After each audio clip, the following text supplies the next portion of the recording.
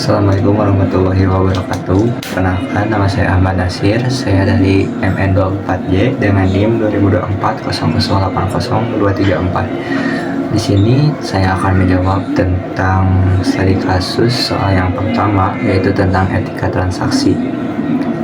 Yang dimana jawabannya, kasus ini menggambarkan fenomena yang cukup sering terjadi di era digital.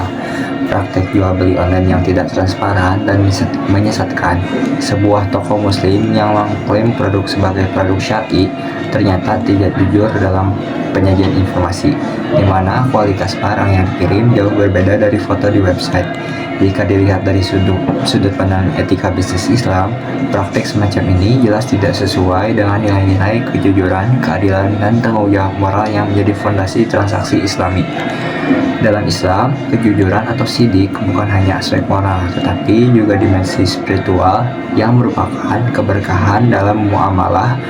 Ketika penjual menampilkan foto produk yang menipu atau tidak sesuai dengan realitas, maka secara moral ia telah mengkhianati kepercayaan pembeli.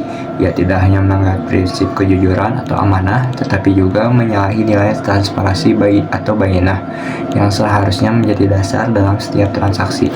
Praktik ini juga merusak nilai keadilan atau adil karena pihak pembeli tidak memperoleh haknya secara penuh, sementara penjual diuntungkan dengan cara yang tidak benar. Secara etis, perilaku semacam ini termasuk kategori gharar, atau yaitu ketidakjelasan atau ketidakterbukaan dalam transaksi yang berpotensi merugikan salah satu pihak. Dalam konteks modern, gharar bisa muncul dalam bentuk manipulasi visual, deskripsi yang berlebihan, atau sengaja menutupi kekurangan barang. Prinsip ini seharusnya dihindari oleh pembisnis muslim karena akan menghilangkan nilai keberkahan dalam rezeki dan merusak kepercayaan konsumen terhadap brand yang membawa label syar'i. Dari sisi tanggung jawab moral, praktik semacam ini menunjukkan adanya krisis integritas spiritual dalam dunia bisnis muslim modern. Menggunakan label syar'i seharusnya tidak hanya menjadi strategi branding, tetapi mencerminkan komitmen terhadap nilai-nilai Islam secara substansial. Ketika prinsip syariah hanya dijadikan kosmetik pemasaran, maka identitas keislaman dalam bisnis kehilangan maknanya. Adapun solusi yang sesuai syariah dalam kasus ini adalah membangun sistem transaksi yang benar-benar berlandaskan kejujuran dan kejelasan informasi.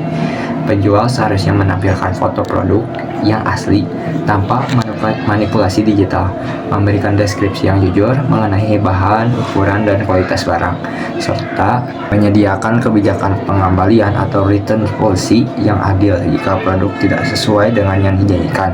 Langkah ini bukan hanya menjaga etika bisnis, tetapi juga memperkuat kepercayaan publik terhadap usaha muslim yang berorientasi keberkahan, bukan sekadar keuntungan. Selain itu, edukasi etika bisnis bagi pelaku usaha muslim perlu diperkuat. Mereka perlu memahami bahwa keberhasilan bisnis dalam Islam tidak hanya diukur dari profit finansial, tapi juga dari sejauh mana praktik bisnis tersebut mencerminkan nilai moral dan tanggung jawab sosial. Dengan begitu, bisnis yang membawa label syar'i benar-benar menjadi sarana dakwah etika Islam di tengah tantangan moralitas ekonomi modern. Kesimpulannya, dari kasus ini dapat disimpulkan bahwa praktik menipu konsumen dengan menampilkan produk yang tidak sesuai merupakan pelanggaran terhadap prinsip etika bisnis Islam.